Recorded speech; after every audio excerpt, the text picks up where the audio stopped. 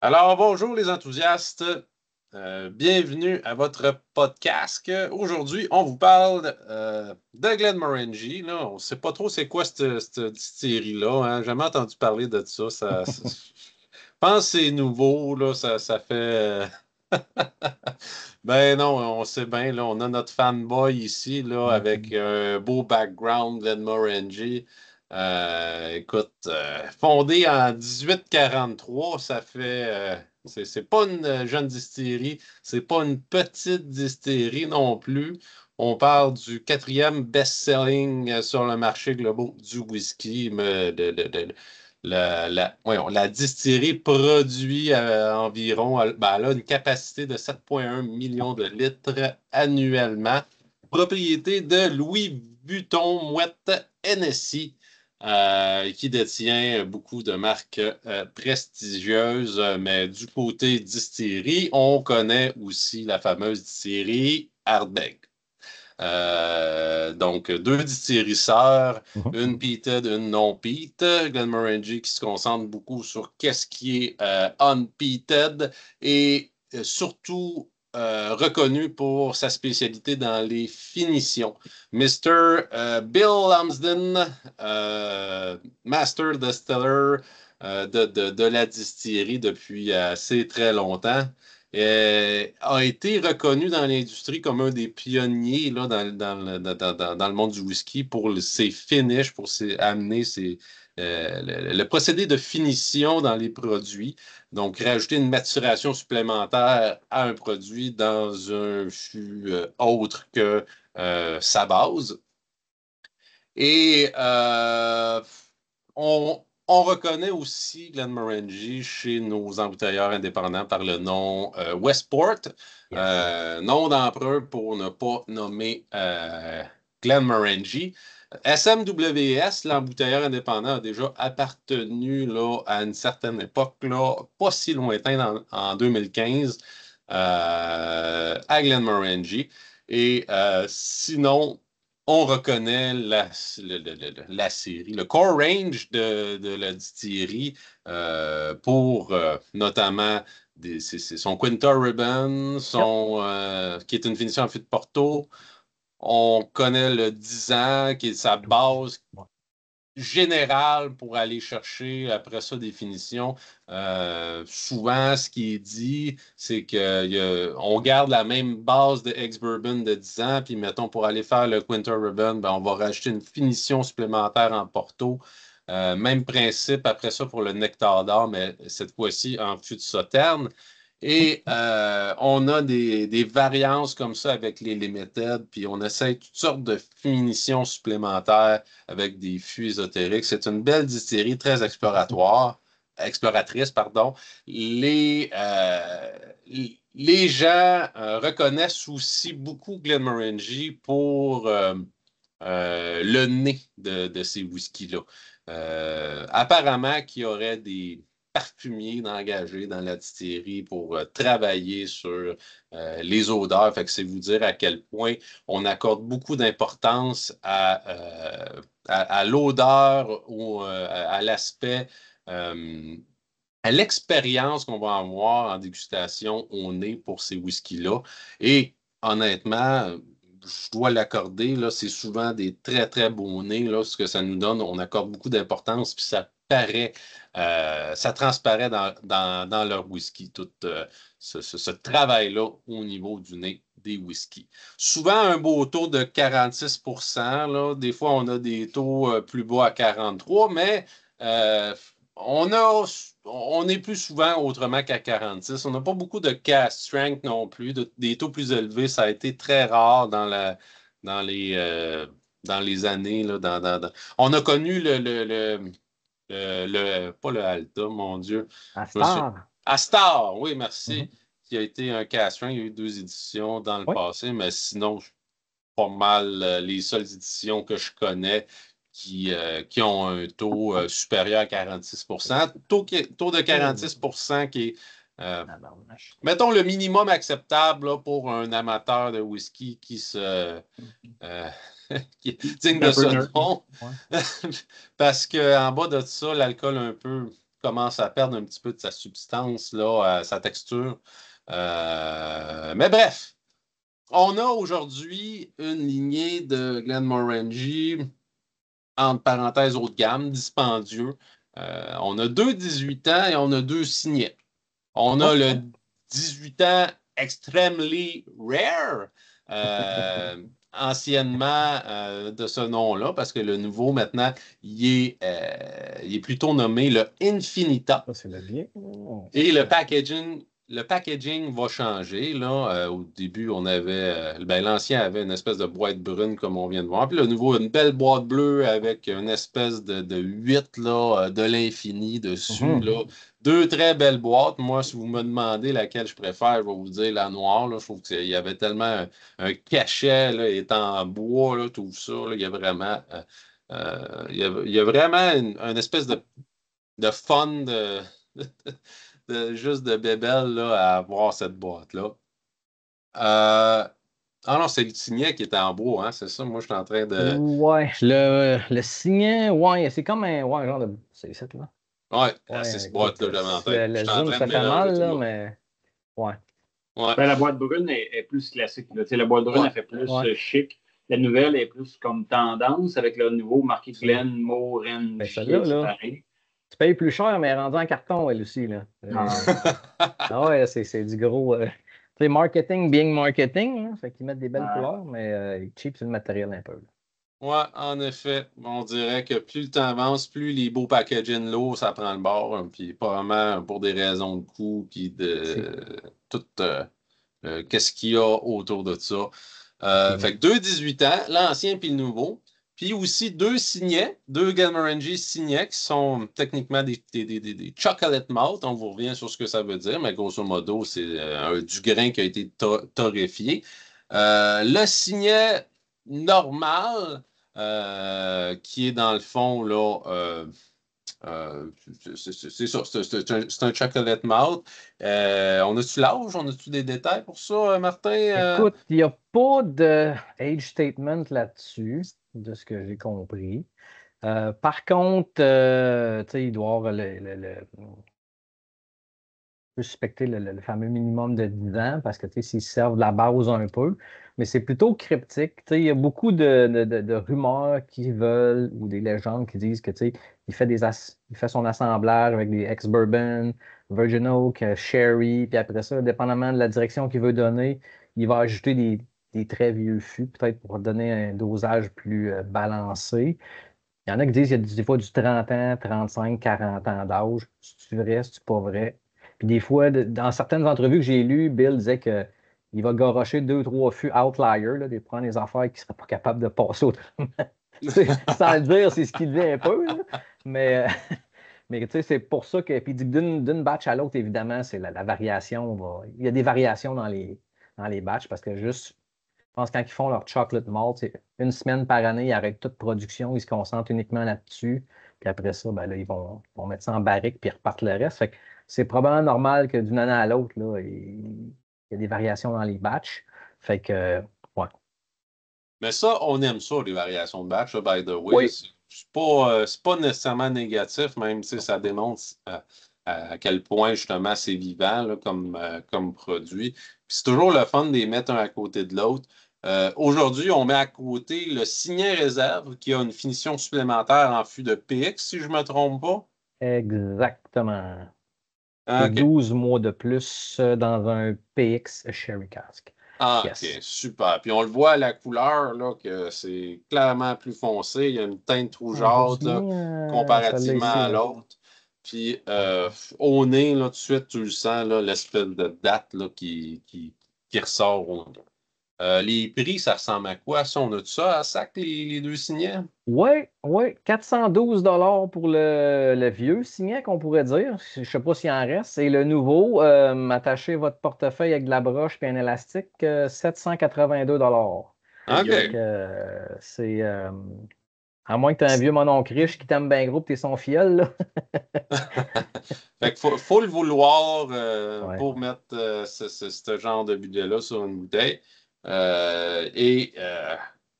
C'est ça. Il faut être quand même assez fan. Là, je pense que rendu là, c'est même plus une question juste d'aimer la distillerie, là, c'est vraiment d'être geek. Là. Il y a comme un autre level après ça, parce que, tu sais, on s'entend que c'est un 46%, puis tu sais, tout ce que tu as comme information, c'est à peu près qu'il y a 12 mois de plus en PX, puis que tu as du chocolate malt. Tu sais, ça, quand tu commences à aller dans ce genre de produit-là, tu quittes un petit peu le commun des mortels là, d'amateurs normaux de whisky. Là. On le sait bien, là, les whiskies hashtag prestigieux, là, ils mettent de moins en moins de détails puis ils vendent ça là, à des prix de fou. Puis ça se vend pareil juste parce que les gens, souvent, ont un espèce de biais que quand c'est plus cher, c'est meilleur. Puis un peu à contre-courant, les amateurs un peu plus geeks vont rechercher l'information et l'absence d'information est un red flag. Donc, tu sais, ça va un peu un contre l'autre là, quand on regarde en général dans l'industrie du whisky, à mon humble avis.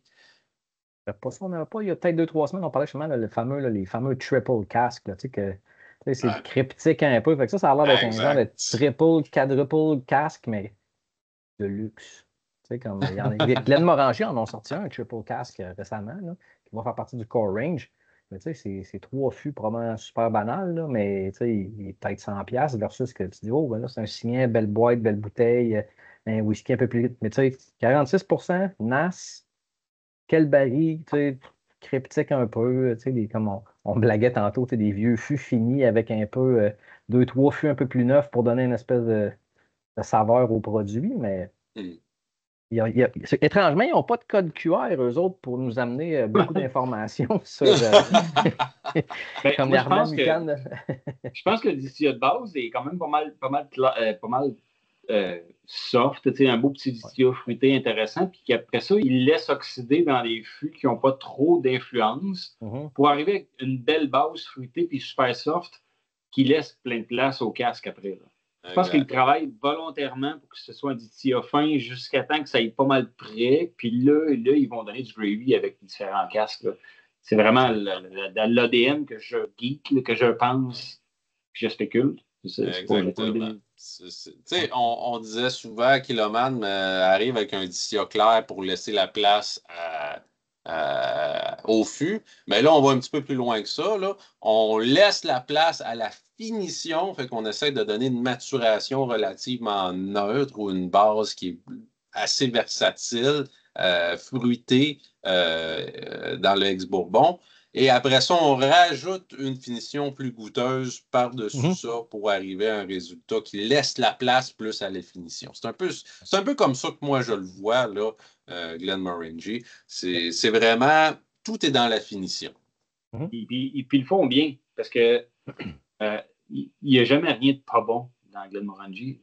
Puis même, c'est pas. Souvent, c'est qu'en geekant plus, parce qu'on veut aller un peu plus de robustesse, on veut plus de caractère, on veut plus d'affaires un peu spicy, funky, blabla, mais ils font un très bel job à livrer un whisky super fin, plein de qualité. C'est pas désagréable. Vraiment pas. On a notre ami qui a réussi. On va rejoindre. Ouais. Alors, on va mettre la petite musique d'intro. la musique de John Cena, là. Puis, fait que là, yes. On est en autre, mon Nick, là. Fait que sors tes Glenmorangie si t'es pas. Je suis. On a les deux samples 18 ans et les deux signés. OK, c'est toute la lignée. OK. Ben écoute, JP, t'es capable de meubler un silence, fait que je te laisse faire ça pendant que je sors. Je sais pas de quoi tu parles. C'est bon. On était rendu dans les prix, là, des 18. Ça tourne autour de quoi, ça, de... 18, écoute, le dernier Infinito, on a 290$. L'ancien, je me souviens plus comment j'ai pu payer pour ça. Il me semble que ça devait être probablement aux alentours de 200, 190 peut-être. J'ai pas gardé mémoire les prix que j'avais payés. Encore une fois, c'est l'average des 18-ish, là, je pense. Il me semble, je me rappelle, il y a 10 ans, avoir payé ça autour de 130$ ou un affaire de même. Là. Fait que C'est ça. J'ai moins de vécu, fait que c'est ça. Les prix ont pas mal augmenté, puis je me souviens même à l'époque, mais dit tabarouette, ça goûte à rien cette affaire-là, ça vaut pas le prix à 130$. Tu fais ta conclusion tout de suite. Non, mais tu sais, mon souvenir d'avoir payé, c'est drôle à dire parce que mon souvenir d'avoir payé 130$ puis d'avoir eu mal au cœur, d'avoir mis 130$ là-dessus. Après ça, j'arrive une couple d'années plus tard, puis c'est rendu 290$. Je pars avec un billet. Fait que, tu sais, je vais laisser la chance aux coureurs parce que ça a probablement changé depuis. Puis le but aussi, c'était de faire l'exercice de comparer les deux 18 ans, anciens et nouveaux Bottling, voir s'il y a vraiment une différence parce que certains reviewers disaient qu'il y avait une différence, d'autres non. Puis là, on était là, bah, là, ça va être intéressant de le faire. Fait que les deux 18 ans, 43%.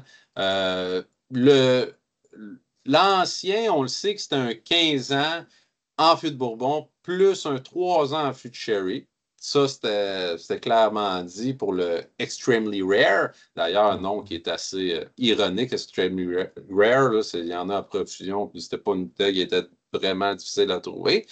Le monde en disait ça un peu à la blague aussi. C'était quasiment rendu un running gag. Infinita, qui est un petit peu plus convaincant comme nom parce qu'il y en a à l'infini sur le marché, cette bouteille-là. Les proportions de fût, ben plutôt l'âge de chaque fût n'est pas précisé, mais on dit que c'est un Bourbon Sherry. On peut présumer que c'est relativement similaire, mais ils se sont gardés une petite gêne là, pour de la flexibilité probablement entre les batchs pour jouer un petit peu plus avec ça. Fait que l'ambiguïté, des fois, c'est plus profitable pour justement être capable de gager là, au goût, ça donne quoi comme résultat. Puis si une année, tu as besoin d'un petit peu plus ou un petit peu de moins de quelque chose, c'est plus facile quand tu ne donnes pas la recette. OK. Exact. Fait que sur ce, grosse intro, mais qui valait la peine d'être vécue. Et sur ce, les notes de dégustation, on va commencer avec les deux. Astor Homeboy. Là, là, T'en prends un de même. Oh oui, on t'accepte, on t'accepte. Avec les deux 18 ans, je vais laisser Joe parler là, pour ces notes de dégustation sur. Je pense qu'on peut faire un tour de table comme ça, les deux ensemble. Oui, ben, on va faire les deux. Le Cadac Punch-Up. Exact. Fait que je l'ai ici, fait que je reviens un petit peu parce que j'étais perdu dans les notes un petit peu. Fait que je commence avec le vieux Extremely Rare. 43%, c'est un bon quand même un beau nez. Lui, qui me saute au nez, vraiment belle pêche, vraiment en premier plan, sans ambiguïté, de la pêche, puis une belle pêche, là, c'est beau. Ensuite, après la pêche, si on décortique un peu, il y a d'autres fruits comme des fruits du verger, un peu de raisin. Fait que, il y a une belle petite complexité, je devrais dire, au niveau des fruits. C'est là que ça se passe. C'est un petit peu acidulé, juste parfait.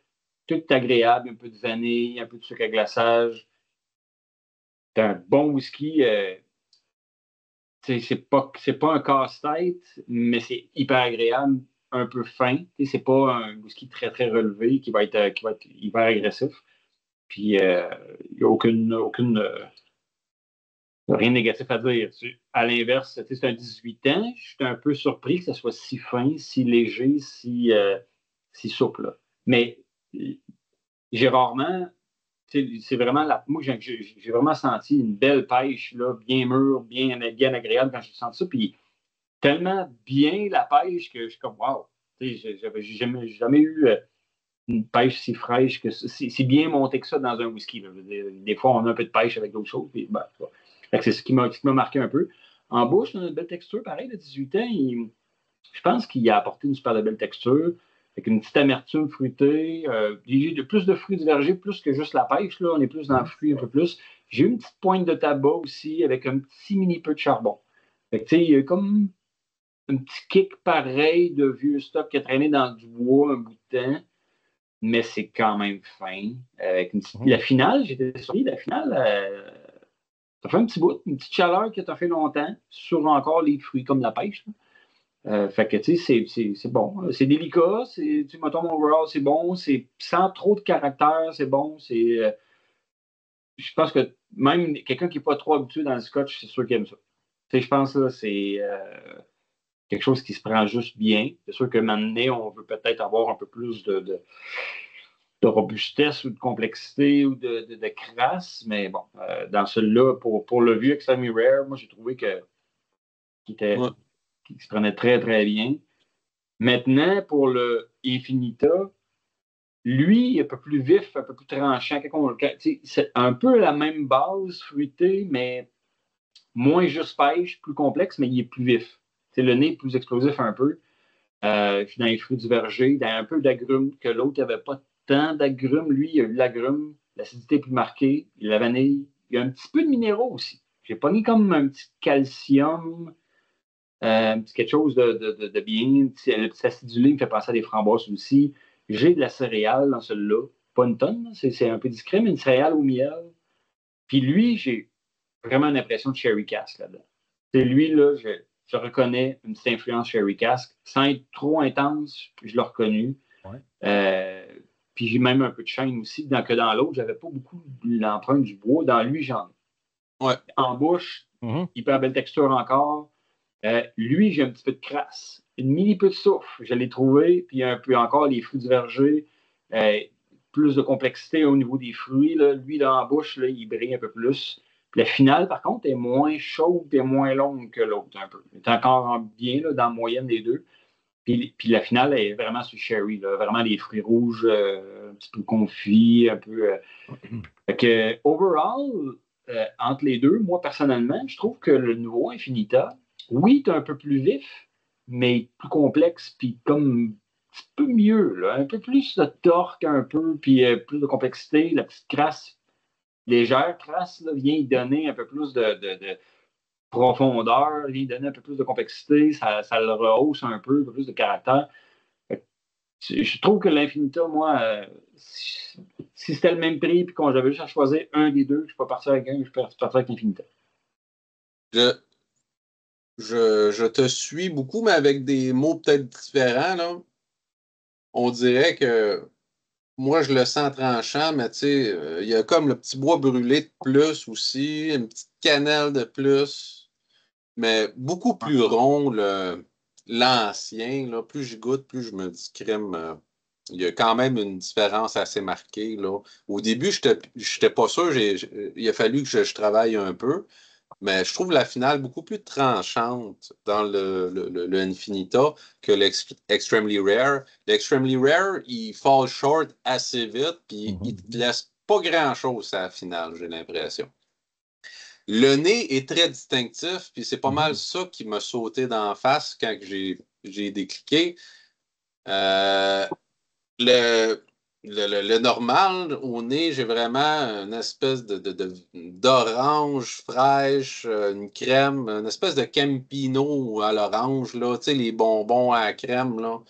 Tu sais, puis du côté de plus on dit Infinita, on est plus sur les pommes, on dirait, là, il y a quelque chose de plus pomme cannelle, le fruit du cherry, je comprends que tu es allé chercher ça, mais bref, si j'essaie de mettre des mots pour essayer de distinguer, j'ai l'impression que mon fruité n'est pas le même, mon côté vanillé est beaucoup plus prononcé sur l'Extremely Rare que sur le Infinita, mais j'ai de la vanille encore. J'ai plus de bois et j'ai plus d'épices sur l'Infinita.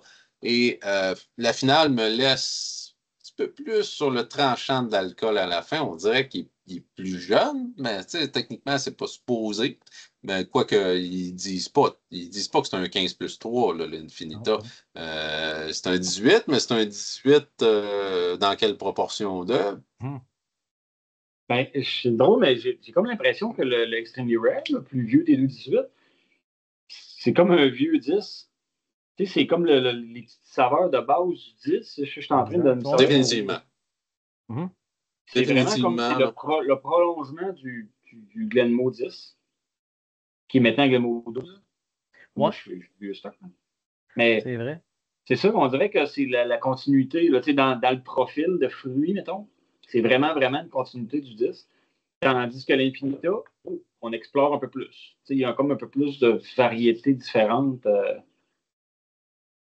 Bref, je pense que tu le prendrais comme un peu, on disait l'autre fois, c'est que quand tu es là un côté de l'autre, c'est super geekable. Là. On voit, là, on peut cartographier vraiment les différences entre les deux, mais je t'en donne un cette semaine, puis la semaine prochaine, je te redonne l'autre. Tu vas dire, ouais, ça ressemble pas mal. Hein. Si tu les as pas un côté de l'autre, ça va être pas mal plus difficile, d'après moi, d'aller tracer une ligne sur les c'est clair. Oh, c'est clair que j'aurais tombé dans le panneau en pensant que c'est vraiment la même affaire, à pas les avoir côte à côte. Là.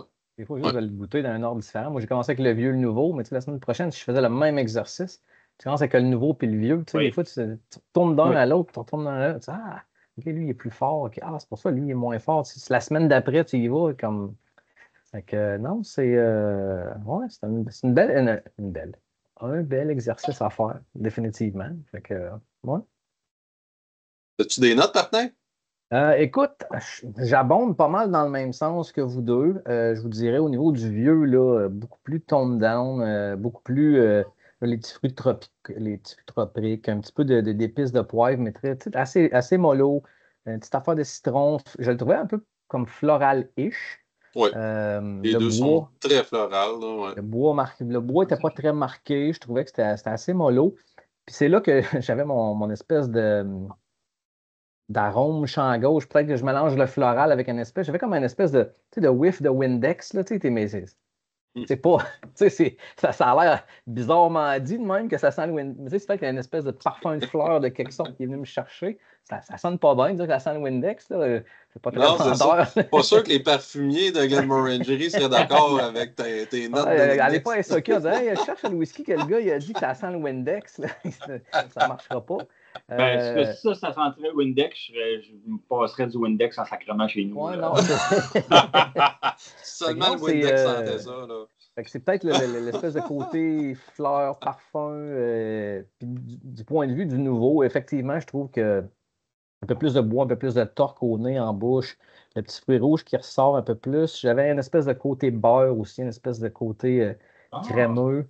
Le côté chocolat sortait. Crème depuis que tu l'as dit, beurre, là ça... Peut-être. Côté chocolat, tu sais, autant dans les deux, peut-être dans le premier, tu es un peu plus marqué. J'avais une espèce de chocolat noir ou un chocolat de cuisson, mi-sucré, pas sucré. Fait qu'il y a un petit côté, une amertume de chocolat, zeste d'orange. Zeste d'orange, j'avais ça, oui.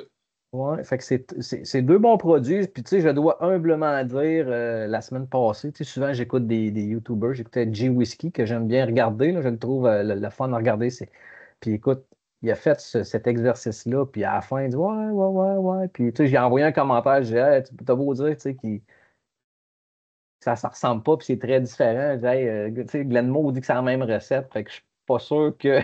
Mais pas le choix de donner raison aujourd'hui qu'il y a une certaine variation dans les deux batchs ou dans les deux. C'est sûr qu'il y en a qui sont un 2018-19, puis l'autre c'est un 2024, tu sais, fait que. Ouais. Mais peut-être que c'est une variation. Ça pourrait être la même recette, mais quand même donner une différence dans la variation de batch. Parce que probablement que même dans les Extremely Rare, il y avait des variations de batch selon les années. Ouais. Fait que, il faut quand même. On compare deux produits, on constate les différences, mais ça ne veut pas dire que la catégorie Infinita va tout le temps être pareille, puis toutes les Extremely Rare sont toutes pareilles. C'est une question aussi de comprendre qu'il y a une certaine variabilité de batch, même si tu prends exactement la même recette. Là. Mais comment le pourcentage de différence entre les deux, mettons? Moi, je pense que tu as fait quand même un bon 25 30 de différence entre les deux. Là. C'est quasiment un tiers des arômes qui sont positionnés différemment dans le spectre. Entre 20 et 30 tu serais pas loin, là, je trouve. On reste dans la même catégorie de fruité, de vanille, floral, miel et compagnie, là, zeste orange et compagnie. On dirait que les mêmes catégories vont être là. On est dans le fruité, vanillé, floral. Mais les pointes vont changer. Effectivement, le nouveau va avoir des pointes d'épices, va avoir des pointes de bois, va avoir des pointes. Le premier, il est tellement rond, il est tellement onctueux, il y a tellement quelque chose qui... il y a tellement rien qui dépasse, finalement, là, que finalement, c'est ça qui fait sa différence, moi, j'ai l'impression, là. C'est vraiment l'espèce de côté un peu plus pointu du Infinita qui fait sa différence. Hein. Yep. Puis là, si tu bien, si tu pas bien, indépendamment de où est-ce que tu es. On reste relativement dans les mêmes hauteurs de qualité, si je peux dire ça. Là. Mais si on cherche quelque chose qui est plus, mettons, rond buvable, là, si ton but c'est juste de le boire et pas de poser de questions, là, probablement que le Extremely Rare va être un peu plus à prioriser.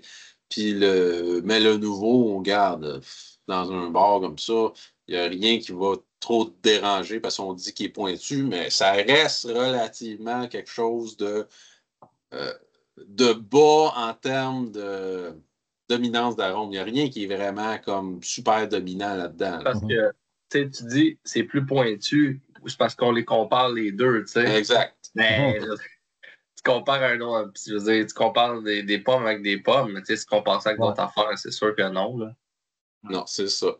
Parce que quelqu'un qui est habitué de boire du Octomore, pour ne pas prendre l'exemple le plus puissant, va arriver là-dedans et va dire que c'est un whisky qui goûte à rien. Là. Mais rince-bouche, ouais. Quand on les met côte à côte, on est capable de voir un petit peu plus les différences. Puis clairement, il y a une différence d'approche là, dans le produit.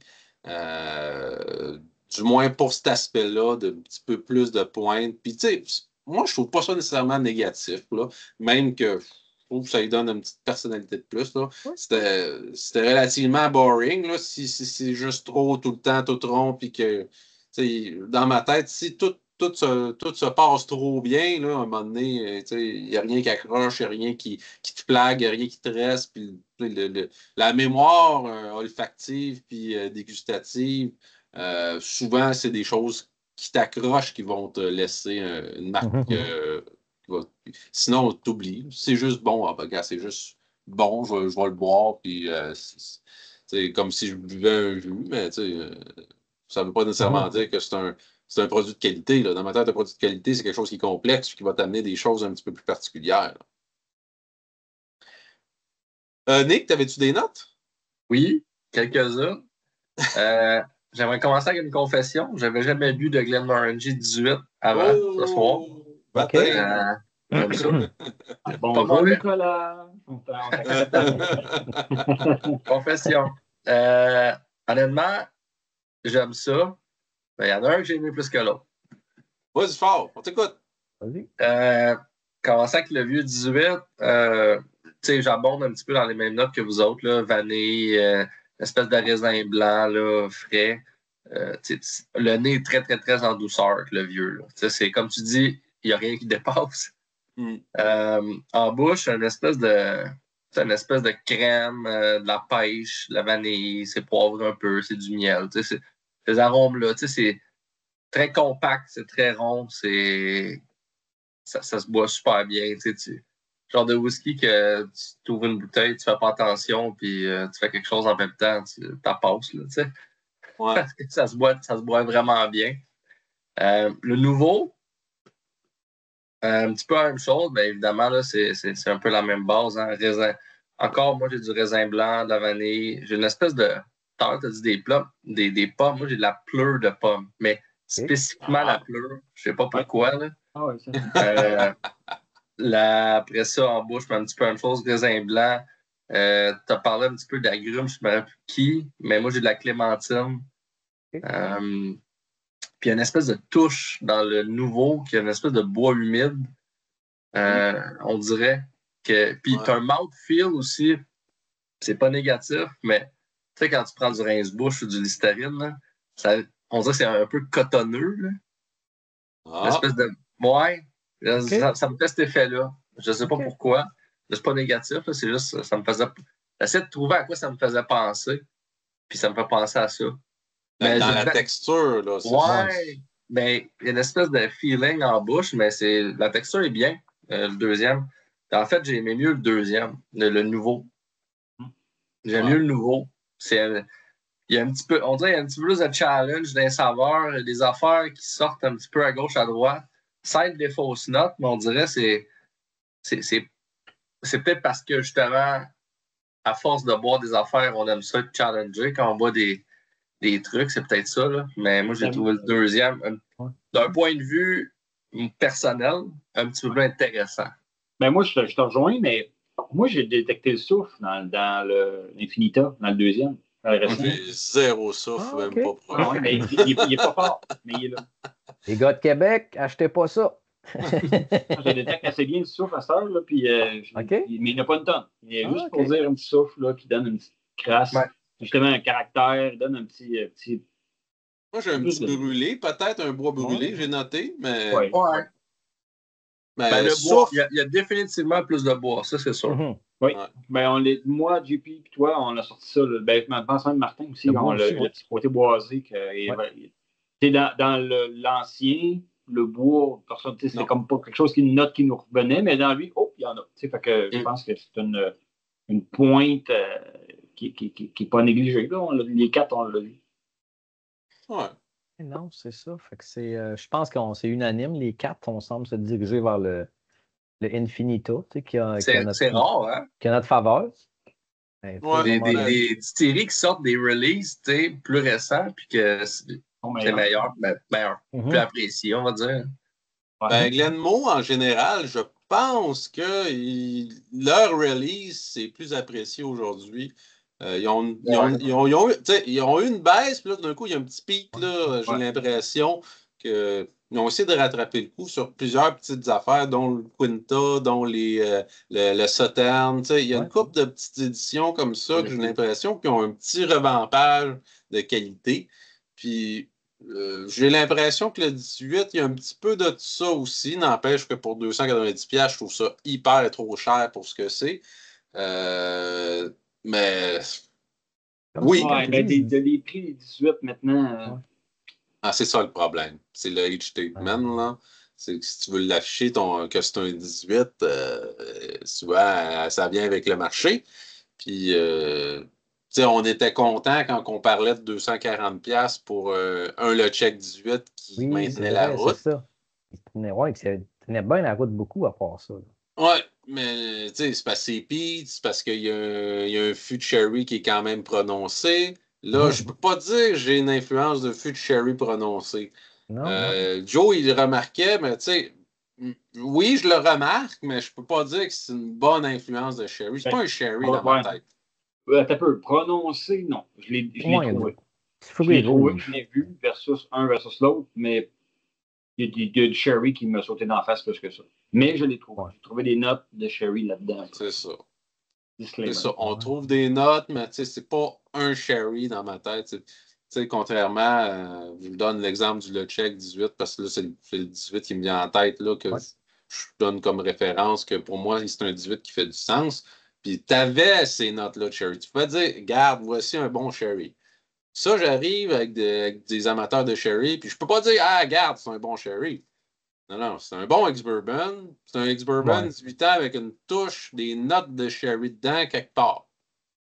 Tu peux pas juste... bomb, là, tu peux pas justifier ton prix de 290$ par l'influence du finish que tu viens d'apporter au produit. Si tu m'aurais dit... C'est étiquette, c'est Glenmo, c'est même la Fanta, on pourrait dire qu'il goûte plus. Ouais, c'est un finish d'un fût qui vaut cher, puis tu sais, il est prononcé, puis tu vois qu'il est foncé comme on a là à côté dans le signet réserve. OK, ça c'est un autre game. Mais là, c'est pas ça. C'est un petit finish timide en arrière qui se cache dans la subtilité du ex-bourbon fruité. Non, tu as raison. Définitivement, il y a une plus belle personnalité dans le nouveau. Puis, tu sais, à défaut de, je veux dire, on est gagnant, à la limite, là, parce que comment de fois qu'on se dit les vieux GlenDronach ou les vieux Ardbeg, c'était donc bon, puis aujourd'hui, c'est plus drabe. Mais dans ce cas-ci, cet unique cas-là, peut-être qu'on pourrait faire l'exercice parce que j'ai aussi des nectars d'or de 3-4 générations, j'ai des La Santa de 3 générations. Je peux tous vous les envoyer, on pourrait se taper dans 1 mois, 2 mois, 6 mois, peu importe, mais on va-tu arriver au même constat que Glenmorangie, vu qu'ils ont décidé d'augmenter peut-être l'âge, la qualité des barils, on ne sait pas. Là, mais... La Santa, je pense qu'il y a eu une petite montée aussi, il faudrait le faire. Là. Je ne l'ai pas confirmé, là. Mais ça serait logique aussi, il y ait un petit peu plus de caractère, le fun. Là. Oh, Nico a son propre signet. Oui, hey, au prix que c'est rendu, c'est rare, je le sens. Ouais, mais c'est un calanique, là, juste pour le fun. Oh, ça doit être un 2018. OK, les mêmes années que moi, à peu près. Peut-être, non, même pas. Ouais, 17-18, chose comme ça. Je vous ai dit, ouais, le mien, c'est moi ce que j'avais envoyé, c'est du 2019. Fait que je serais curieux de voir si c'était un autre batch, là. Ça serait cool de voir si t'as une variation dans les deux aussi. Fait qu'on passe au signet, les gars? Sure. Signet it is. OK. Je te laisse aller, Joe. T'es tout le temps l'introduction. Ça part bien avec les notes de Joe. Là. De toute façon, on copie, on rajoute 2-3 mots. Puis c'est ça. On y voit que du feu. Non, mais je trouve ça. Je pars le bal, mais je suis tout le temps curieux d'entendre les vôtres après. Parce que des fois, pendant que vous dites les vôtres, après ça, je continue de le sentir puis d'écouter, puis là, je réidentifie. Là, je pars sans être, comment on appelle ça, influencé par vos notes, là, mais après coup, souvent, ça fait du sens, c'est ce que vous dites. Bon. Moi, sont déjà écrites, ça ne change rien dans les faits. C'est juste, on dirait que tu es plus structuré que moi. Là. Moi, on dirait que je vois par catégorie, puis à un moment donné, je fais comme Ah! Mais tu sais, en tout cas, bref. Moi, j'essaie d'y aller avec. J'essaie d'identifier ce qui se passe en premier plan. Ce qui te frappe dans la face, ce qui vient en deuxième. Après ça, ce que tu essaies de décortiquer. C'est un peu de même que j'y vais parce que c'est de même que mon cerveau l'analyse. Puis souvent, ce qui est traite, c'est que là, j'y retourne. Puis là, il y a d'autres choses qui ressortent. Puis là, mon deuxième, troisième nez change. D'ailleurs, je dis ça parce que c'est vraiment le cas dans le cas des signets. Là, je commence avec le signet là, 2019 là, que Martin m'a gracieusement donné. Merci beaucoup, Martin. Crise de bon stock. Ça, là, c'est vraiment très, très bon. C'est geekade. Oui, on est en glamorangie un peu subtil, fin, mais on peut. Puis là, je ne parle pas de prix, puis je ne parle pas de rapport qualité-prix. Je parle de ce qu'il y a dans le verre. Moi, j'adore. C'est vraiment bien. C'est une coche au-dessus du Glenmorangie habituel, mettons. Tu sais, là, du niveau caractère, niveau intensité, niveau profondeur du whisky, il y a du stock qui se passe là-dedans. C'est super bien. Je vais essayer de faire ça court parce qu'on va pas faire une vidéo de 2 heures parce qu'on aurait pu faire une vidéo quand même assez longue de ça, juste les signets. Là. Fait que le nez est super agréable, j'ai des petits fruits, une acidité moyenne, une petite vivacité qui est le fun, un petit côté là, dans ta face un peu qui est le fun. Que tu ne fais pas juste dire je prends de quoi de trop simple. On le sait au nez qu'il va se passer quelque chose un peu plus. J'ai quand même un peu de sherry brûlé, je ne sais pas trop. J'ai la misère à décrire ce qui se passait, mais j'ai des petits fruits un petit peu cramés derrière ça. J'ai aussi des céréales au miel qui ont été cramées un peu d'amandes. C'est quand on le laisse respirer que la torréfaction sort un peu. Fait que là, dans le signet, pas le signet réserve, mais le vieux signet, il sort vraiment comme un petit chocolat au lait, parce que c'est quand même sucré.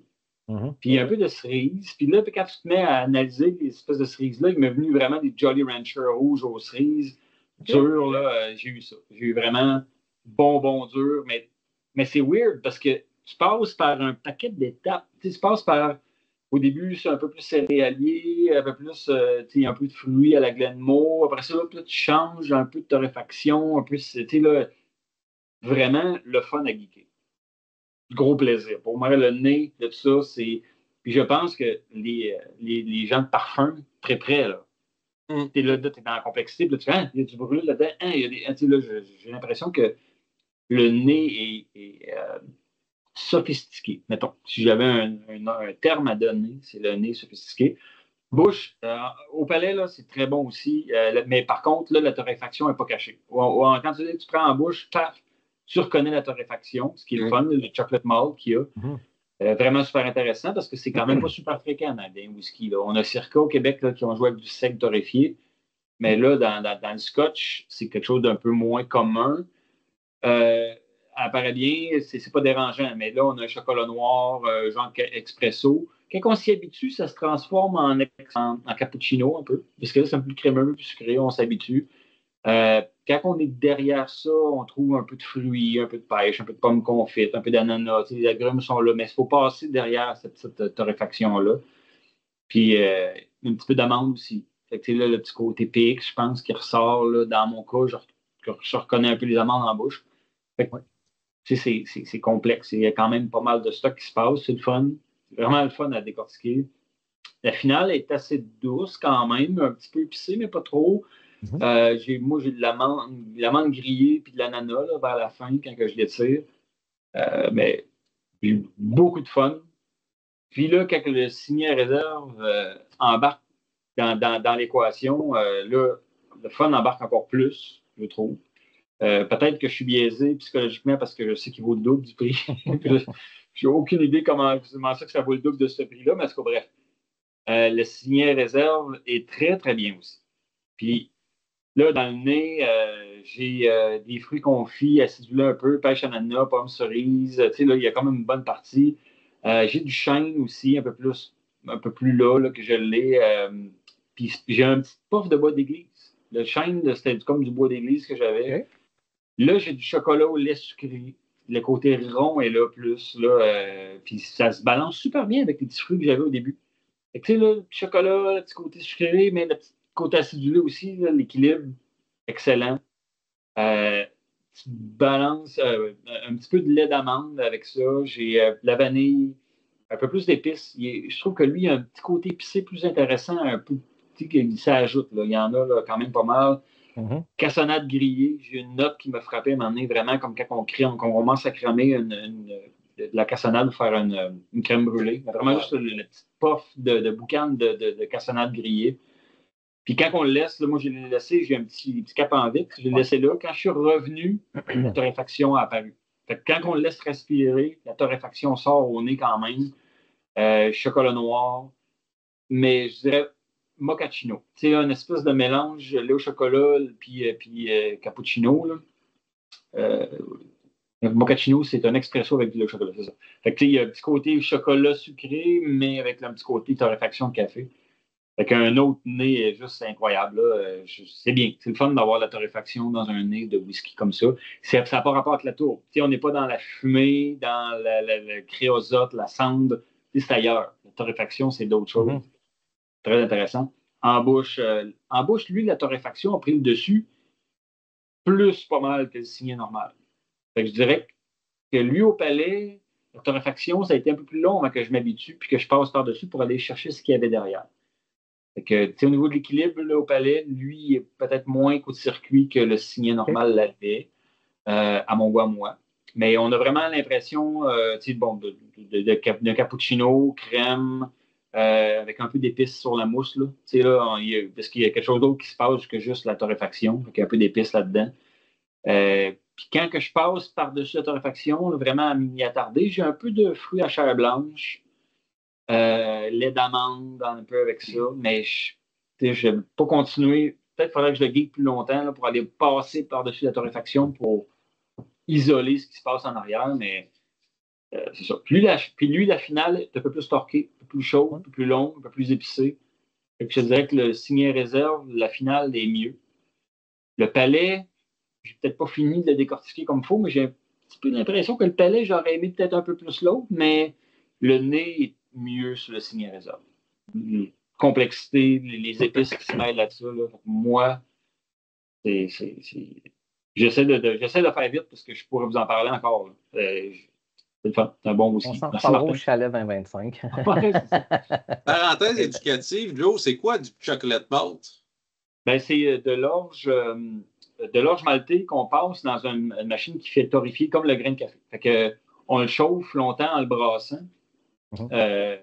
C'est pas une flamme directe, là, mais ça passe sur une tôle qui devient vraiment, vraiment chaude. Puis il se torréfie. Vraiment, vraiment comme on fait avec les fèves de cacao. Il sort de la torréfaction noire. Puis il sent le chocolat, il sent le café. En fait, les fèves de café, là, tout le goût qu'on a du café comme on le connaît, si on prendrait de la fève blanche, ça goûterait amer, ça goûterait pas super bon. c'est vraiment la torréfaction qu'on goûte aux 3/4 là, dans le café qu'on est habitué de voir. Fait que quand on torréfie de l'orge, c'est carrément ce qu'on fait. On la grille en mouvement pour vraiment brûler tout l'extérieur de la coquille.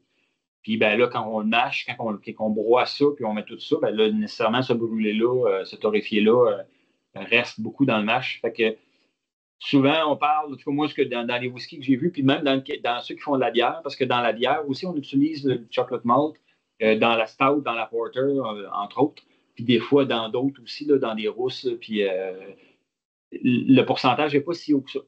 Fait que 5% d'un malt torréfié dans un mash va paraître énormément. C'est indéniable. Dès qu'on met du chocolate malt dans un... Il y a d'autres noms que le chocolate malt. Là. Il y a... my God, je ne me rappelle pas, là, mais... C'est le black malt que tu parles? Ouais, c'est ça, ouais. Ça paraît, là, c'est dur à cacher, mais dans le fond, c'est un peu comme quand on brûle une sauce ou quand on brûle une... Tu sais, on n'a pas beaucoup de marge d'erreur. Là. Quand on fait aussi là, du caramel, quand le sucre commence à tourner, tu as quelques degrés. Là. Après ça, c'est paf, c'est too much, puis tu l'as scrappé. Ça doit être vraiment une belle gymnastique là, pour oui. C'est un peu le secret là, des torréfacteurs. Là. Ouais. La courbe de chauffe, puis là, à un moment donné, il atteint une température, c'est fini, il arrête. Tu ne laisses pas traîner parce que c'est ça, la fenêtre de travail est courte. Entre le moment où il commence à être intéressant et qui est cramé, la fenêtre est super courte. Okay. Ah ben c'est ce qu'on lit souvent quand on lit un peu sur le signet, c'est que Glenmorangie arrête ses opérations, je pense, pendant une semaine par année là, pour uniquement focuser sur la production de ce chocolate malt-là. Ou je pense récemment, on parlait de ça, là, du hardcore, Ardbeg hardcore, qui est un peu le pendant. Ce qui est drôle, je ne sais pas comment il vaut le Ardbeg hardcore, qui est un peu, je pense, le même principe-ish, mais version Ardbeg. Et je pense pas qu'il se détaille 412 $. Fait que j'ai l'impression que on garde cette espèce de côté pushy, luxueux, le nom. Quand on regardait l'Ardbeg encore, ça avait l'air une bouteille de skate punk. Là, genre... Le monde a beaucoup critiqué le marketing du hardcore et ça allait de pair avec la déception du liquide en soi parce que les gens s'attendaient à un signet peated. Peut-être aussi, oui. Je ne l'ai pas goûté, c'est ça, j'aimerais ça. Ben, c'est brûlé, du torréfié, mélangé à de la tourbe. Et voilà. Pas certain que tu fais une grosse différence. Parce que j'ai l'impression que l'exercice est tellement traître dans le sens que on le voit que trop de torréfaction, à un moment donné, tu vas aller supprimer ce qu'il y a en arrière. Mais là, tu fais comment dans un whisky qui est déjà comme tourbé? Là, je comprends que l'idée était de diminuer un petit peu l'influence de la torréfaction, quitte à avoir un petit peu plus d'influence d'Ardbeg, mais là, on s'est comme perdu entre les deux dans le hardcore. Fait que là, ça a donné ni un ni l'autre, ni un bon Ardbeg avec toute l'ADN Ardbeg qu'on connaît, ni un bon whisky torréfié. Fait que les gens étaient totalement déçus avec cette édition-là. Et pour le prix de mémoire, on était autour de 250, là, ish, là. 250, fait que pour un 46%, il me semble qu'il était dispendieux, là. Sous toute réserve, là, je vais aller confirmer le prix, mais que j'arrête de parler. Mais, tu sais, on était dans un as assez insipide, là, que je pense que ça a été quasi unanime. Les gens l'ont nommé une référence pour la déception. Et c'est triste, là, parce que ça aurait pu donner un bon résultat. Sur papier, du moins, ça paraissait bien. Puis, écoute, si je serais Ardbeg, je ne sais même pas que j'aurais le goût de retenter l'expérience, mais ça pourrait donner quelque chose de fun. Si ça avait été bien fait, selon moi. Si je retourne au signet. Oui. Signet, ça a toujours été un produit que j'adore. Honnêtement, là, j'ai eu un coup de cœur à peu près instantané quand j'ai goûté à ça la première fois, là, plusieurs années. Et il était beaucoup moins cher que ce qu'il est présentement, fait que je ne crois pas que c'est un plaisir proportionnel au prix aujourd'hui, mais ça l'était probablement dans le temps. Puis tu sais, dans le temps, ça se vendait pas tant non plus. Fait qu'il y avait souvent des spéciaux. Des fois, tu arrivais dans un liquor shop aux States, puis il était genre en rabais, dans rabais, dans rabais. Puis là, tu partais avec une bouteille à 70 US, une affaire ridicule. Fait que, tu sais, dans ce temps-là, maudit que ça valait la peine d'aller chercher un signet, puis maudit que c'était bon. Aujourd'hui, à prix sac de, je ne sais plus trop combien on a dit. 400? 412 balles. Ouch. Écoute, t'en as du beau whisky pour 412 balles. Là. Je conçois que c'est un très bon produit. Puis, tu sais, la torréfaction, on la goûte. Si tu ne goûtes pas le café là-dedans, je ne sais pas qu'est-ce que ça te prend pour goûter le café. Et, tu sais, on parlait de finish présent, mais là, l'idée est présente. Tu me livres un gâteau au chocolat. Littéralement, j'ai du gâteau au chocolat. Je suis satisfait de ce que je suis censé avoir dans le produit. Et toutes les notes sont là. Je reconnais le Glenmoe. Je reconnais qu'est-ce qui est l'espèce de fruité vanillé en arrière, de la base, si je commence à creuser. Le nez est superbe. C'est pas un whisky qui a beaucoup de choses à lui reprocher, je crois. Je crois que s'il y a quelque chose à reprocher à ce whisky-là, c'est juste le prix. C'est le prix. Puis, ils savent un peu parce que, honnêtement, il n'y en a pas de temps, là, des signets ish sur le marché. Il y en a qui vont donner une espèce de goût de torréfaction X pour d'autres raisons de procéder, de char, de le monde, mais de s'aventurer dans une semaine de production de signets, puis de jouer au docteur Lumsden, là, le Master Distiller, d'être capable de gager où est-ce qu'on arrête ça, cette torréfaction-là. Ça prend une maudite bonne paire de couilles, désolé du terme, mais je ne crois pas que c'est donné à toutes les distilleries, puis il faut leur donner ça au moins à Glenmorangie. C'est bien fait et après ça, si vous avez l'argent puis ce n'est pas un problème pour vous dans votre vie, tant mieux. Mais pour le commun des mortels, amateurs de whisky, je ne crois pas que c'est quelque chose de recommandable à ce prix-là, ne serait-ce que pour l'expérience unique d'un mariage, occasion et compagnie. Puis après ça, on va tomber dans le PX, puis c'est encore pire. Là, on s'en Tu sais, le parallèle est super beau. Là, c'est tellement une belle expérience de mettre un PX à côté de ça. Parce qu'après ça, tu vois. Parce qu'à la base, le signet est censé être un mix d'ex-bourbon, sherry, indéfini dans l'âge, tout ça, avec le chocolate malt. Mais là, on reprend la même maudite recette, puis on arrive avec une finition supplémentaire de combien de temps, Martin, déjà? 12 mois. 12 mois. Un an en PX, puis ça paraît, là. Le finish paraît. Ça paraît beaucoup, même. Puis peut-être légèrement trop, mais je vais laisser. Je vais laisser Nicolas aller patiner dans cet univers-là, mais ça goûte, puis pour ça, pour le mission accomplie, je vais lui accorder. Je vais lui accorder le mission accomplie. Tu me dis que c'est un finish en PX, puis je sais que c'est un finish en PX. Mais Chocolate Malt plus finish en PX égale quoi? Égale trop? Égale OK? Égale... Là, ça va être relativement à perception. Ça serait subjectif, ça va dépendre des gens. Et à 700 quelques dollars, parce qu'on parlait du prix, ça n'a plus aucun bon sens. Je comprends que le PX est quand même un fût relativement prisé, puis clairement, c'est un bon fût de PX qu'ils ont utilisé là pour arriver avec un résultat comme ça. Où est-ce qu'on arrive à 782 $ en termes de budget whisky haute? Tabarnak! Moi, personnellement, je vois pas pourquoi, je vois pas quand est-ce que je vais aller là dans ma vie à 782 $. Il y a tellement de belles options. C'est pas un budget que je trouve raisonnable pour du whisky, malgré que là, vous voyez tout le whisky en arrière de moi. C'est pas le budget qui m'arrête des fois, mais n'empêche que pour une seule bouteille là, pour avoir un once de ça.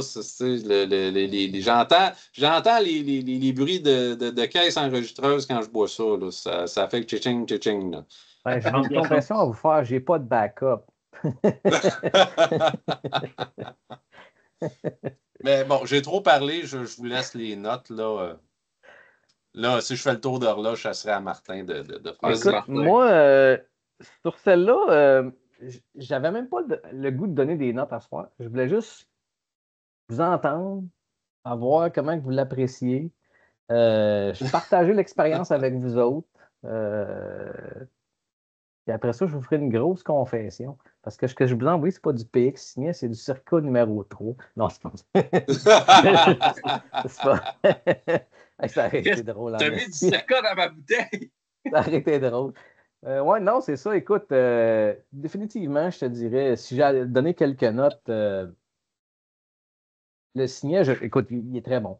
Écoute, c'est sûr qu'on n'est pas c'est pas un single cast, c'est pas une affaire super ésotérique. C'est ésotérique en soi à cause du chocolate malt, mais c'est un bon whisky, j'adore le boire. Malheureusement, je ne suis pas un Jeff Bezos de ce monde, puis je ne peux pas boire ça comme un daily parce que c'est foutrement bon. C'est suave, c'est onctueux, il y a un beau sucre, il y a quelques épices. C'est un mix de plusieurs affaires. Il y a du Virgin Oak, je pense qu'il y a du ex-bourbon, il y a du sherry. Fait que, tu vas chercher plusieurs profils. Comme Joe disait, on pourrait le geeker longtemps. Même chose pour la finition en PX. J'ai aimé Nico qui t'apporte le 12 mois en PX. La question qui tue, c'est-tu trop, c'est-tu pas trop? On voit vraiment l'influence. Puis étrangement, peut-être que il aurait peut-être bénéficié d'avoir des fûts peut-être un peu moins actifs ou peut-être pour qu'on continue de garder ce chocolate malt-là. Mais c'est un. Écoute, on pourra conclure sur si ça vaut la peine à 780 ou 412 $, mais c'est deux très bons produits que j'aime. C'est sûr que ça reste une ADN Glenmorangie, ça reste un fini, ça reste une expérience. Mais, en tout cas, le signet de base, je l'aime. Je l'adore. Je l'adore d'amour. Je te suis là-dessus. Là, je mange mes céréales avec, c'est pas des farces. Là. Moi, le signet original du nom, là, effectivement, c'est un très beau rappel. Là. J'ai l'impression que c'est difficile de reproduire un produit de cette qualité-là. Puis... Bref, je te suis, Glenn Mowboy. Nico! Notre philosophe. Oui! J'aurais dû amener mon bouclier parce que je vais peut-être me faire lancer des roches. Go for it! Je voulais disclaimer, c'est un 2018 finalement, j'ai regardé ça sur la bouteille. Fait que c'est pas le même que vous. Fait que ça se peut que j'ai des petites différences. Mais je me fie à Glenmorangie pour stabiliser les batchs. D'après moi, ça ressemble pas mal. Signet, là, un beau petit nez, raisin, chocolat. Moi, j'ai une petite acidité, comme une petite canneberge, là. Pas beaucoup, mais un peu. Après ça, ben écoute, en bouche, là, c'est opulent. C'est du raisin, du chocolat noir, du café, de la torréfaction. J'invente rien. c'est ça le whisky, là. Puis, JP, je suis surpris que tu ne l'as pas shooté, mais moi, en bouche, j'ai comme du cherry blossom. C'est de la cerise avec du chocolat, là. Ça, c'est d'habitude, c'est ta note, ça. Oui. Mais, tu sais, pas mal plus dans le PX, là, mettons, parce que là, il y a un mini Cherry Blossom, là, puis il y a un méga Cherry Blossom avec une grosse cerise. Pour ceux que ça concerne, qui ont la référence, qui en ont déjà mangé, des canneberges enrobées de chocolat. Là. Ah oui? Ah ouais, j'ai ça. J'ai ça en bouche. Ça pourrait, ouais. Fait que, tu sais, tout est dans tout un peu, là. Mais on comprend le fruit rouge et le chocolat. Ouais. C'est vraiment. Ouais. C'est les mêmes notes, on les interprète différemment. Ben oui, mais honnêtement, Signet, comme tu as dit, j'ai rien à dire sur ce produit-là. À 46%, c'est c'est un amalgame de saveurs, c'est délicieux. Tout est là. Tu sais, ce qu'ils mettent sur la table, c'est ça que tu veux présenter.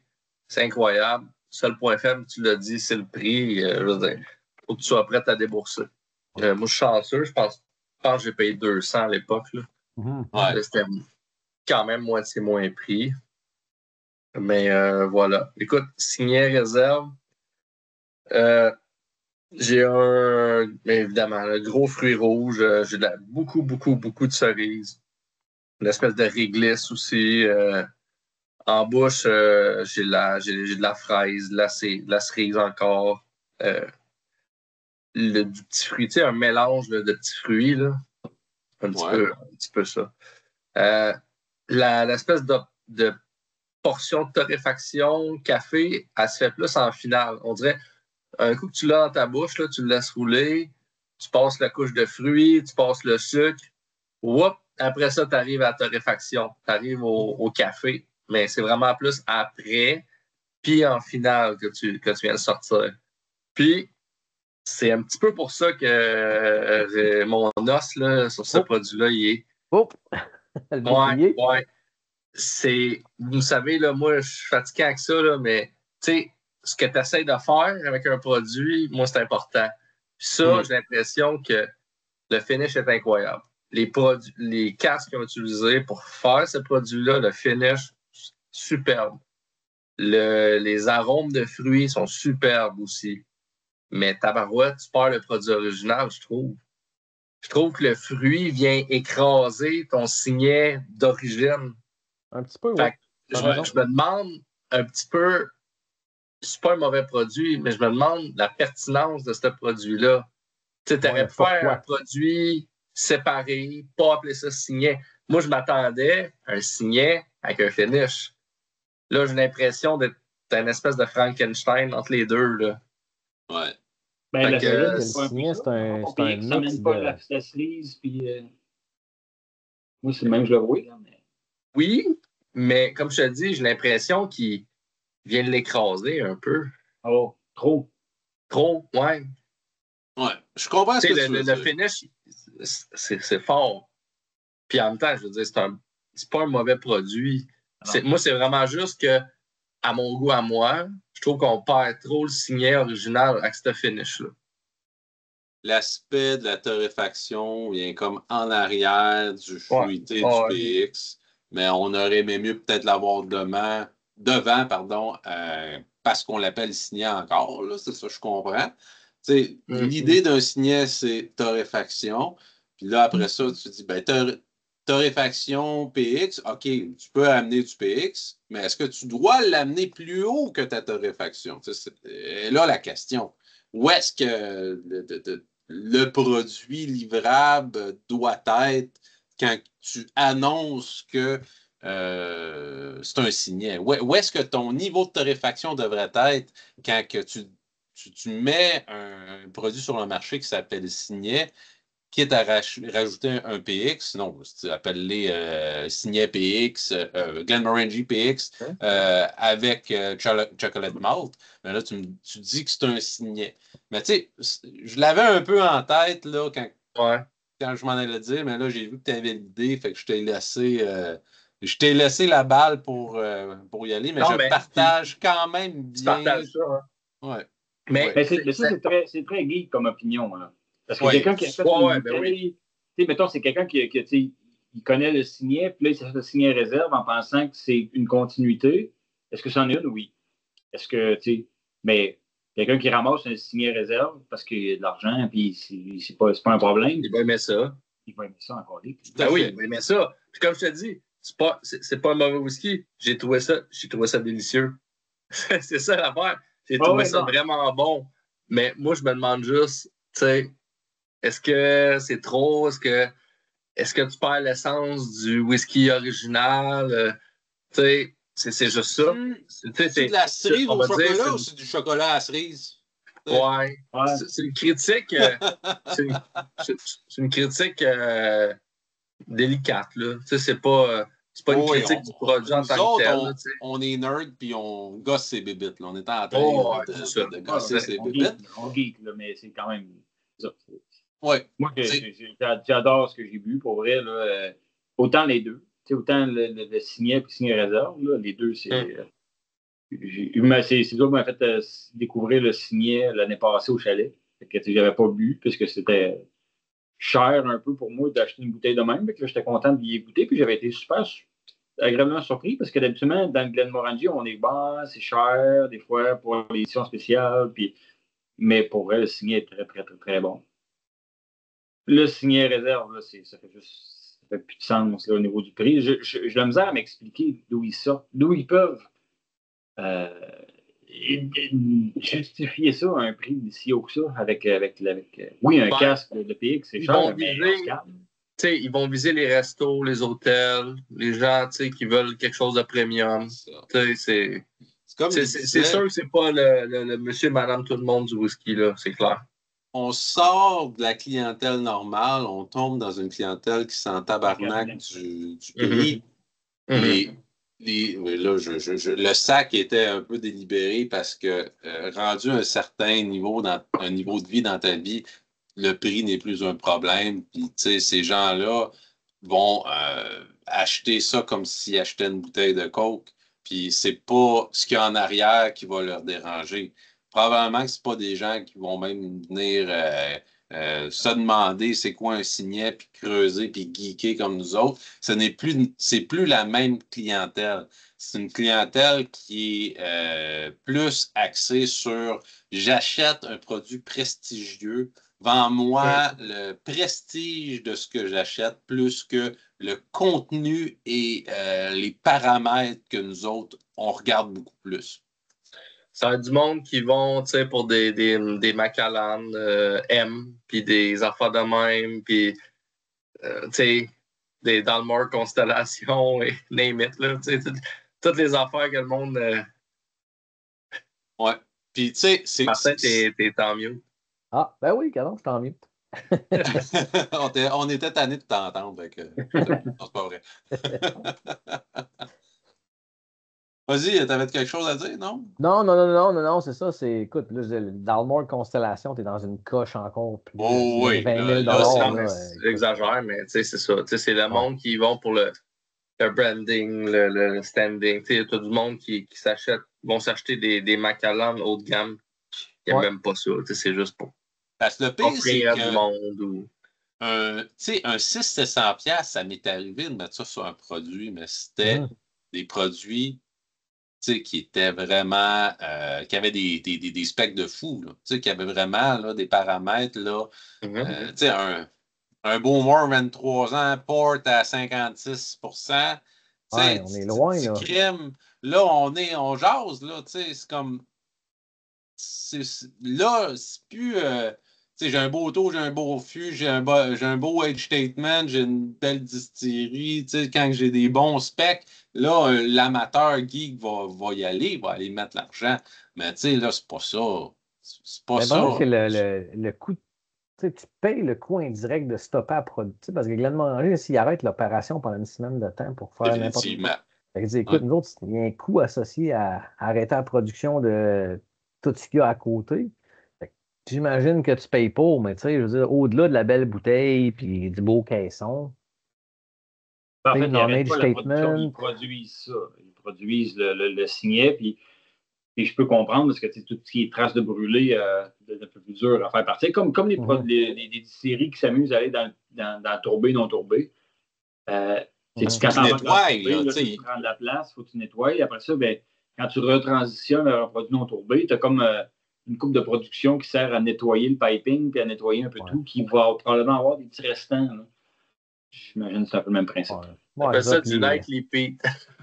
Ouais, les mais j'ai lu quelque part. Tu fais une série Nightly Peat. Tu fais comme Jura puis tu dis que c'est un Sevenwood, là. Mais j'ai lu quelque part, écoute, que les fûts de PX là, pour le signet réserve étaient roulés à la main sur le chemin de Compostelle. Fait que, tu sais, ils en perdent beaucoup en chemin aussi.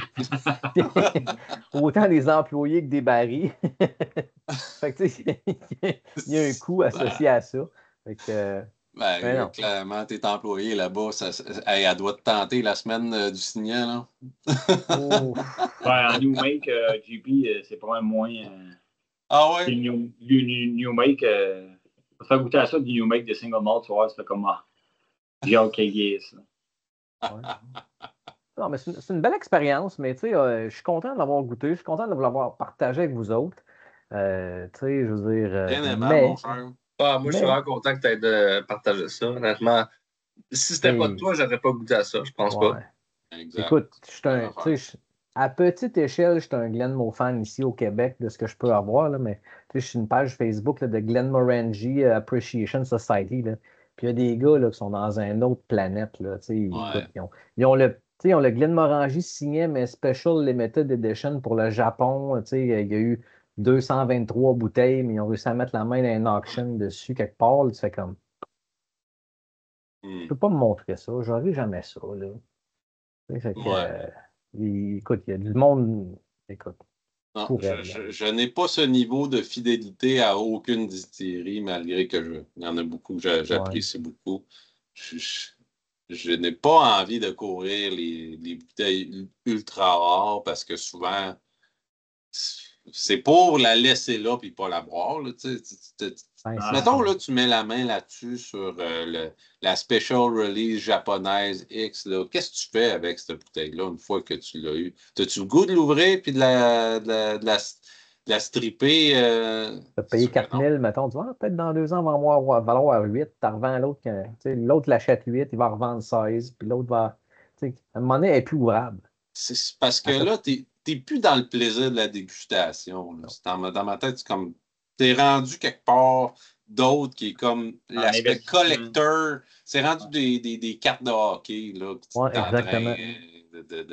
C'est pas ça pour moi l'expérience whisky. Là, je comprends je comprends l'idée. Moi aussi, là, j'en ai eu des cartes Pokémon quand j'étais jeune. Là, je comprends l'idée de.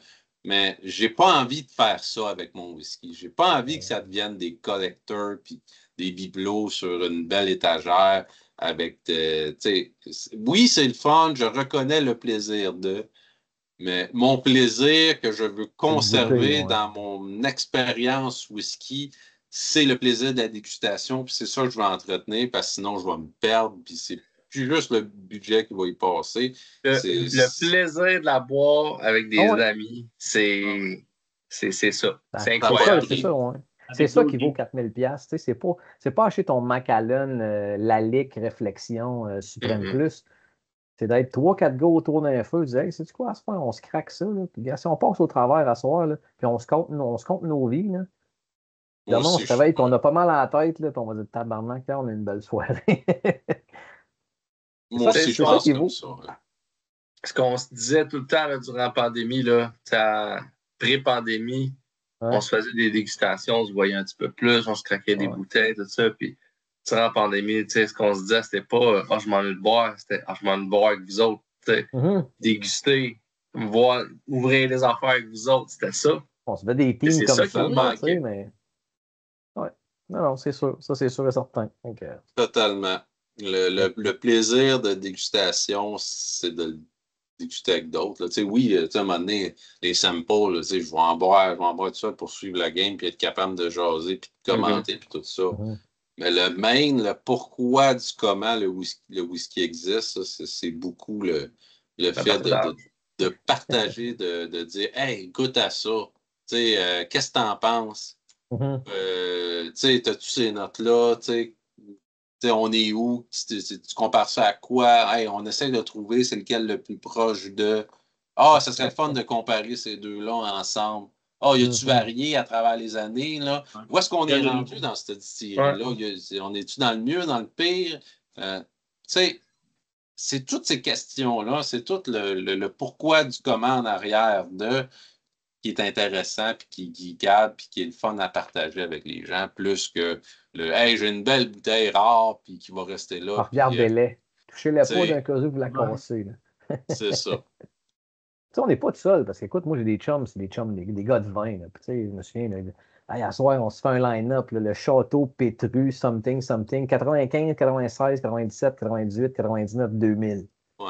Puis là, il geek, là, c'est quoi la différence entre les années? Ouais, mais tu te souviens, cette année-là, là, il y avait un peu plus de pluie, là, puis, au mois de juillet, il y a une petite gelée, là, fait que, c'est pour ça que le vin, il est moins. c'est clair, il y a ça dans le pain, dans le rhum, puis dans les tequila, ou peu importe. C'est pas si spécial que ça, là. Yep. Les boys, votre préféré dans les deux? On a fait notre préféré. C'est toi qui colles la conclusion, c'est parfait. Écoute, pour le signet, moi, je vous dirais, je ne sais pas si j'ai bien lu la vibe, là. Peut-être que le signet original semblait être un petit peu plus favori, à moins que j'ai mal lu la crowd. C'est deux bons produits, mais peut-être que le PX a dénaturé un peu, comme tu dis, Nico, l'intention originale. Moi, personnellement, le signet, je ne sais pas si c'est parce que je l'ai goûté en premier, puis ça reste une espèce de côté nostalgique de premier amour, ta première blonde, tu sais, mais il y a un petit quelque chose de plus. Il y a un petit quelque chose de plus, là, au-delà du prix, au-delà de l'expérience globale. Et pour moi, le signet est un petit peu supérieur. Ben, je dirais que moi, j'ai adoré les deux. J'ai aimé dans les nez le signet réserve. J'ai aimé plus l'expérience qu'il me donnait. Parce que c'était un peu plus. Fait la cerise là, de plus qui était, pour moi, ça m'a séduit complètement. Mais avec le budget que j'ai maintenant, puis avec le 300$ de plus que ça coûte avoir le réserve, j'achèterais le signet maintenant au prix de maintenant, puis je le garderais pour des belles petites occasions, puis je serais super content. Ça reste, on parle d'un 98% puis d'un 99%. Je des chiffres, mais je veux dire, mais en bouche, le signet normal était pour moi un peu un meilleur coup de circuit. Fait que je dirais qu'à cause que le signet réserve est bien trop cher, moi, j'achèterais une bouteille aujourd'hui du signet, je serais content. Comme diraient nos chums de whisky, ça se peut qu'au chalet, on boive ça avec nos gaufres égaux samedi matin. Écoute, j'aurais aucun problème avec ça. Avec des gaufres ou Nutella. Ouais. Un petit peu dans le même sens, moi aussi. Pour moi, dans tout ce qu'on a bu à soir, ça l'était en 2018, ça l'a encore. Pour moi, Signet, c'est un coup de circuit. C'est une fichue de bonne bouteille. J'ai pas goûté les dernières éditions, malheureusement. Je ne peux pas commenter la variation, mais c'est encore un... Même après avoir goûté, je ne sais pas combien de produits dans ma vie, ça reste toujours un top produit. Ouais, tout à fait d'accord. Honnêtement, là. Je comprends que le 18, on en a parlé déjà. La conclusion est avant. Là. Si vous écoutez la vidéo, vous cherchez la conclusion du 18, quelque part entre les deux. Conclusion du signet. Pour le respect de l'œuvre, je dirais que le signet original est meilleur, mais pour l'intensité de la saveur, c'est clair que le PX amène de quoi là, de quand même assez prononcé en saveur. Là, ça vient comme rehausser beaucoup le produit, peut-être un peu trop, effectivement. J'aurais quasiment préféré que ça soit un finish plus court puis moins cher, quitte à respecter un peu la torréfaction quelque part un petit peu plus pour... oui, avoir une bouteille un petit peu plus abordable, accessible pour monsieur, madame, tout le monde, mais aussi pour... c'est vrai que la torréfaction, là, on en mange une shot là, à côté du PX. Puis c'était déjà trop cher le signet original, fait que le signet réserve, écoute, on est rendu dans un autre monde tant qu'à moi. Je ne vois pas dans quel monde je pourrais payer ce prix-là pour ce type de bouteille-là, parce que je pourrais mettre cet argent-là sur une bouteille, mais ça serait une bouteille qui a vraiment des très beaux specs. Ce qui n'est pas le cas présent. Ça serait unique, ça serait une édition one of a kind, un single cask, quelque chose que tu sais que tu ne reverras pas. T'sais. En effet, on est loin d'un single cask avec un gros age statement. On n'est pas là du tout. Fait que sur ça, oui. J'espère que vous avez apprécié. J'espère qu'on vous a éclairé, qu'on ne vous a pas trop mélangé. Nous autres, on a apprécié, en tout cas. Écoute, le chalet s'en vient, il devrait être là encore, ces bouteilles-là, peut-être. Là, fait que, peut-être. Coulez ça sur vos crêpes. Là. En passant, j'ai un GoFundMe aussi, ça s'appelle Martin veut un backup pour son signet réserve. Fait que n'hésitez pas, faites une recherche, allez n'importe. C'est bon. Fait que laissez un petit pouce vers le haut si vous avez apprécié, abonnez-vous. Et sinon, on se revoit la semaine prochaine pour une autre vidéo. Et sur ce, je vous souhaite bonne soirée, bonne journée ou whatever quand est-ce que vous nous écoutez.